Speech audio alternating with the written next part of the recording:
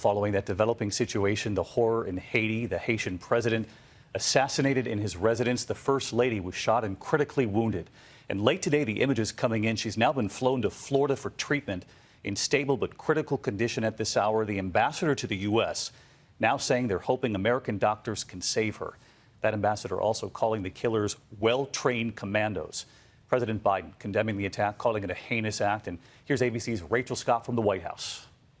Tonight, Haiti's First Lady rushed to Miami by private plane, wheeled out on a stretcher to a waiting ambulance, hours after she and her husband, Haiti's President Jovenel Moïse, were ambushed in their own home. The brutal attack shortly after 1 a.m., a group of heavily armed men breaking in, shooting and killing the 53-year-old head of state. Today, the driveway still covered in shell casings. A neighbor says there was such a barrage of gunfire, it felt like an earthquake. Haiti's ambassador to the U.S. described the assassins as armed commandos who spoke Spanish and English and posed as American DEA agents. It is a well-orchestrated attack. We're talking about mercenaries, foreign mercenaries. Authorities declaring a state of siege, closing the international airport. The busy capital streets emptied out. Haiti has long been gripped by political turmoil and unrest. It has the poorest economy in the West.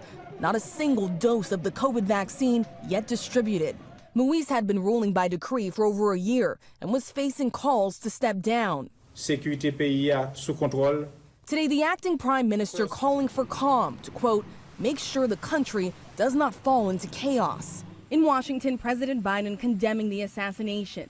You need a lot more information, but it's very worrisome about the state of Haiti. While in a Miami hospital tonight, Haiti's First Lady, Martine Moïse, fights for her life. We do hope the doctors will find a way to save her life because it would have been a more devastating blow for the country to lose the president and his wife at the same time.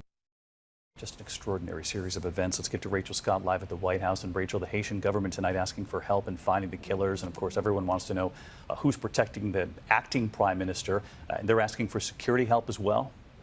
Yes, and David, we just heard from the acting prime minister tonight. He says that he believes that some of the suspects responsible for this attack are still in Haiti. He says that he is now in charge of the government for now, but tonight the U.S. government is calling for free and fair elections by the end of the year, David. All right, Rachel Scott at the White House. Rachel, thank you.